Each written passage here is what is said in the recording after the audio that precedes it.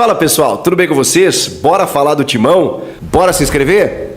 Daí o Gabigol foi assunto, né? E a gente segue falando do Gabigol porque assim, ele deu algumas manchetes, né? Porque a gente perguntou, pô, você flertou com o Gabigol e a expectativa do torcedor, né? Isso é um grande problema, né? Não é que a gente não vai trazer estrelas, diz ele, mas a gente precisa trazer jogadores também bem analisados, bem avaliados pelo Cifute, que se potencializem no Corinthians. Mas nós não temos dinheiro hoje para contratar estrelas. Disse o Augusto Melo. Mas nós vamos tentar fazer uma grande contratação. Aí vamos ter que escalonar aí, né? O que é uma estrela, o que é uma grande contratação. E aí ele fala e ataca o Marcos Braz, que diz que ele estava mentindo. O empresário do Gabigol, que diz que não teve negociação, ele falou, gente, houve um projeto. Eu fui direto no Landim, ele disse em outras palavras. Eu estou conversando com os presidentes. Então, quando eu tenho interesse em algum jogador, eu vou direto no presidente. Eu fui no presidente que me autorizou a conversar. E aí tem uma informação no dia que ela meio que conversa com tudo isso.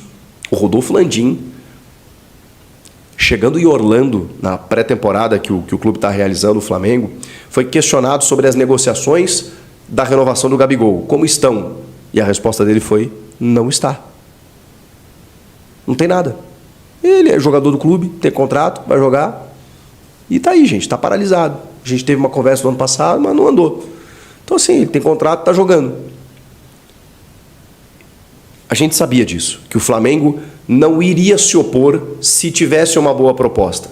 A questão é que o Augusto entendeu que houve uma demora na resposta, tanto do Flamengo quanto do jogador, e seguiu em frente. Mas, segundo o Augusto, houve proposta, houve tratativa, houve autorização para negociar com o jogador, houve um projeto apresentado para ele e a resposta não veio. E aí ele seguiu em frente. Então ele rebateu, de certa forma, o que disse o Marcos Braz, o que disse o dirigente, o empresário do Gabigol. E falar em rebater, ele foi questionado também sobre a Leila Pereira, né? Provocar, dizendo que me mostrem o contrato do Corinthians para saber se é tudo isso e tudo mais. Ele não quis entrar em detalhes. E achei legal porque ele falou assim, não tenho que falar dos outros clubes, eu tenho que falar do Corinthians. O Corinthians já me dá muito trabalho. Agora, dentro de campo, nós temos 2 mundiais. Por quê? Porque a Leila falou que não adianta nada ter um patrocínio maior se dentro de campo quem ganha é o Palmeiras. Se essas equipes que estão acertando grandes patrocínios não estão ganhando nada dentro de campo. Claro que ela se referiu ao momento, mas aí o Augusto veio e deu aquele carrinho, né? Só dentro de campo nós temos 2 mundiais. O Palmeiras esteve recentemente lá, inclusive, em 2 oportunidades e não conseguiu vencer o Campeonato do Mundo. Então, ficou essa resposta aí do Augusto para a Leila Pereira. E aí o seguinte, gente, ele também foi perguntado sobre o acordo com a Caixa, identificou como uma manobra eleitoreira do Duílio, né, na reta final ali da eleição, aquele acordo com a Caixa que ele falou, me disseram que até o final do mês estaria tudo pago, estou esperando. Isso não fez parte da transição e provavelmente esse assunto vai ser empurrado bem mais para frente. Nas últimas horas, a gente teve mais algumas situações que eu queria tratar com vocês e que eu também já consegui algumas informações sobre, por exemplo, os reforços que o Corinthians contratou e que não estavam regularizados. O Ranielli era um deles. E durante o dia surgiu a informação de que o Cuiabá estava aguardando a primeira parcela e que sem esse pagamento da primeira parcela, ele não iria liberar o documento para que o Corinthians pudesse registrar o Ranielli no BID e ele pudesse estrear.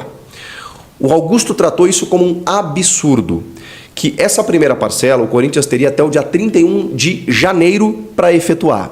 A questão é, se ele quiser inscrever o jogador no final de semana, ele tinha que pagar ao longo do dia. E aí, como ele tinha outras prioridades, ele disse que já pagou 70 milhões em dívidas. Dívidas assim, curto prazo, né? Com jogadores, ele fala que todo dia aparece uma surpresa. Então, obviamente, né, ele até usou essa analogia. Você tem 2 contas na tua casa, uma que vence hoje, outra vence semana que vem, você vai pagar a que vence hoje. Então, nós estabelecemos prioridades e empurramos, evidentemente, essa questão do Ranielli. Agora, o Cuiabá quer o dinheiro para liberar? Tá bom.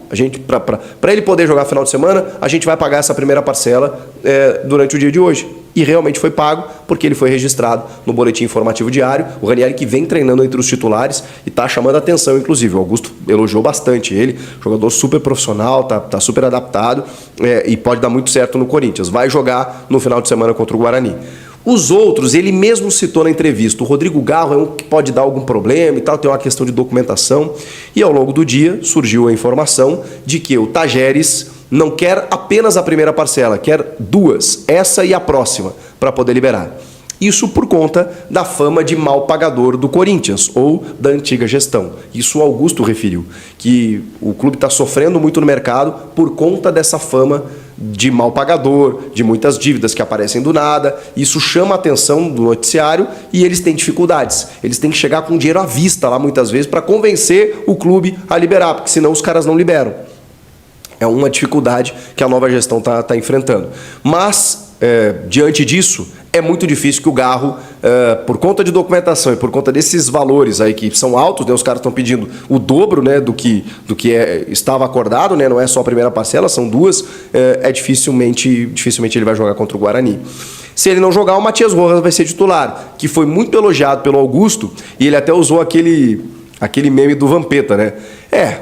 O cara estava aqui, não recebia, descobrimos que tinha 5 milhões de reais em aberto com ele. É aquela coisa, finge que me paga, eu finge que jogo, né? Agora ele está motivado, ele quer estar no Corinthians, ele está jogando bem, é um menino de riso fácil, brincalhão, que está super feliz. Palavras do Augusto Melo. E que agora ele vai voar. Talvez até seja titular por conta desse problema com o Garro. E ele elogiou muito o Garro também. Vocês vão ver o Garro, jogador muito técnico, qualificado, muito bom jogador. O restante também não foi regularizado ainda, mas há uma divergência, né? Muita gente imaginava, inclusive eu, que a inscrição ela precisava ser feita até essa quinta-feira. Não. O que precisa fazer é um registro online no site da federação para que a inscrição ocorra na sexta. Mas existe digamos assim, uma pré-inscrição, uma documentação que garanta ao clube de que se os jogadores entrarem no bid na sexta-feira, eles podem jogar. Então, assim... dificilmente, mas ainda pode, durante a sexta-feira, o Garro ser regularizado, o Gustavo Henrique, o Félix Torres, essa turma toda. Mas é mais difícil. O Ranieri está confirmado, assim como o Diego Palacios e o Hugo também. E para fechar, o Thiago Maia foi colocado, vinculado como uma negociação do Corinthians, porque o Inter estava acertado com o Thiago Maia, mas assim, estava tudo certo, o Thiago Maia estava no portão de embarque. E o Flamengo resolveu pedir mais. Pedir 5 milhões de euros pelo jogador. O Inter estava disposto a pagar 3 milhões de euros, cerca de 16 milhões de reais. O Flamengo fincou o pé, talvez porque imaginasse que possa utilizar ele durante a temporada, e disse, não, nós queremos 5. E aí o Inter recuou. E aí surgiu a informação de que o Corinthians poderia, peraí, se o Inter não conseguiu, vamos atravessar e tal. Me disseram que não tem nada disso. Thiago Maia não está sendo procurado ou cotado no Corinthians. Essa é a informação que eu tenho. Tentei resumir aqui mais ou menos o que o Augusto falou, para dizer para vocês que o Corinthians segue no mercado, tem 3 nomes sendo conversados, que a gente não descobriu ainda quem são, mas que falta, viu? Falta. O Augusto sabe disso. Falta não apenas atacantes, falta um grande atacante. Ele valorizou bastante o Yuri, o Romero, mas ele sabe que falta um grande atacante. O importante é que o dinheiro está entrando, né? Ele tem conseguido acordos muito bons, o que mostra a incompetência da antiga gestão, e com isso, arrecadando mais, a tendência é que o Corinthians seja mais forte no mercado. E aí, gostaram da entrevista, do resumo, do bate-papo, das informações? Comentem aqui e inscreva-se no canal, né? Olha aí, postando vídeo de madrugada, porque é o que dá, né? Filho pequeno, gente. Eu não consegui parar o dia inteiro, só agora, para trazer conteúdo para você. Beleza? Eu volto na próxima. Tchau! E aí, gostaram da entrevista, do resumo, do bate-papo, das informações? Comentem aqui e inscreva-se no canal, né?